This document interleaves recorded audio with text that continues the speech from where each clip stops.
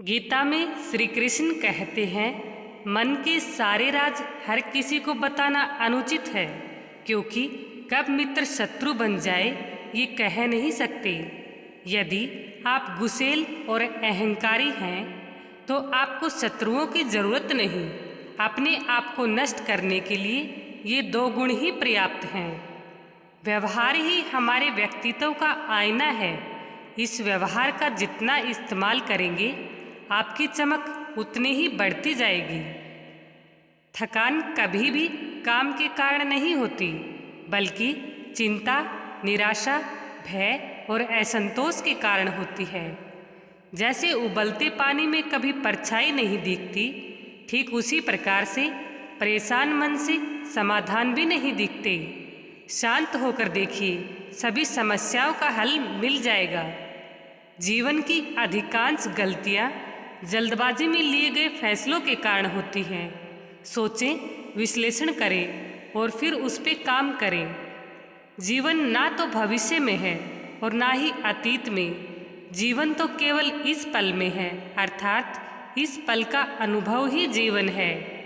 चुप रहने से बड़ा कोई जवाब नहीं और माफ़ कर देने से बड़ी कोई सज़ा नहीं होती। अतीत के दुख और भविष्य की चिंता में ना उलझे। मनुष्य यदि अपने वर्तमान को नई दिशा दे, उसे संवारने का प्रयास करे, तो स्वतः ही एक सुंदर भविष्य और एक प्रेरणादायक अतीत प्राप्त होता है।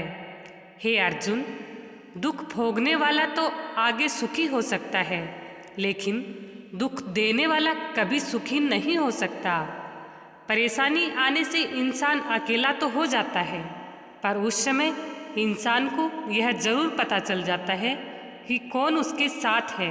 उन लोगों की सफलता निकट भविष्य में सुरक्षित है जो सब अनुशासित और सुधार के लिए निरंतर प्रयास करते हैं।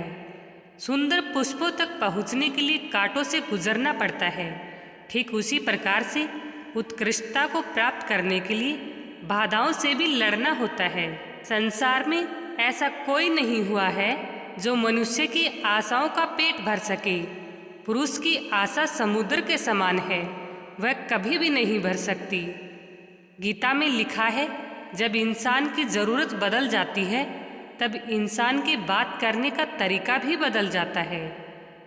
जब समस्याओं पर ध्यान लगाओगे तो लक्ष्य दिखना बंद हो जाएगा, और जब लक्ष्य पे ध्यान लगाओगे तो समस्याएं दिखनी बंद हो जाएंगी। समय पर जो व्यक्ति काम आ जाए वही अपना है, वही भगवान के समान है, फिर चाहे वह आपके परिवार का हो या फिर कोई पराया। क्रोध के समय थोड़ा रुक जाएं और गलती के समय थोड़ा झुक जाएं तो दुनिया की सभी समस्याओं का हल हो जाता है। आप वापस नहीं जा सकते और शुरुआत को नहीं बदल सकते, लेकिन आप जहाँ पे हैं वहीं से एक शुरुआत कर सकते हैं और अंत को अवश्य बदल सकते हैं। अभिमान सदैव ही पतन को सुनिश्चित करता है। चाहे जीवन में सफलता के शिखर पे रहो, पर प्रयास करो कि आपकी वाणी और कर्मों के द्वारा किसी के हृदय को गहरा आघात ना पहुँचे। दो प्रकार के व्यक्ति इस संसार में स्वर्ग से भी ऊपर स्थित होते हैं। एक जो शक्तिशाली होकर भी क्षमा कर देते हैं, और दूसरे जो दरिद्र होकर भी कुछ दान कर देते हैं। उन पर क्या क्रोध करना जिनको निर्णय लेने का ज्ञान ही नहीं होता।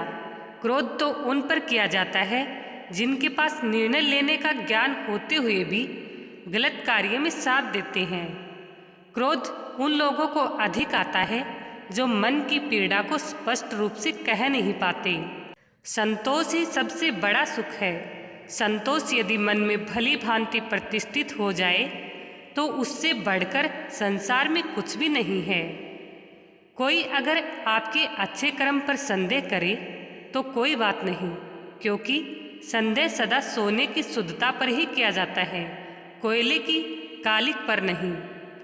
अहंकार में डूबे इंसान को ना तो खुद की गलतियां दिखाई देती हैं और ना ही दूसरों की अच्छी बातें।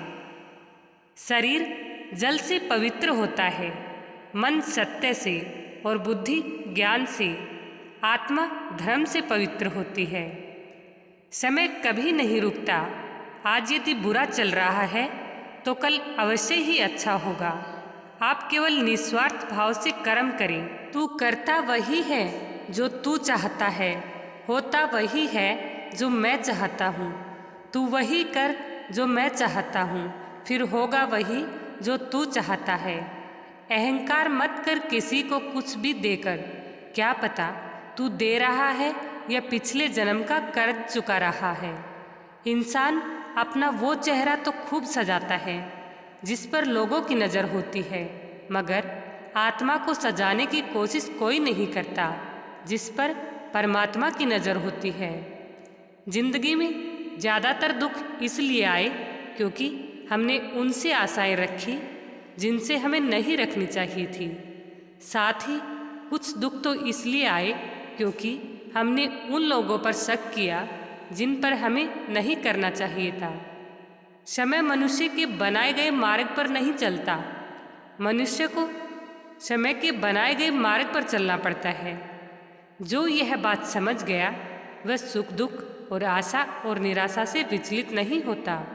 प्रेरणा का सबसे बड़ा स्रोत आपके विचार हैं, इसलिए बड़ा सोचें और खुद को जीतने के लिए प्रेरित करें।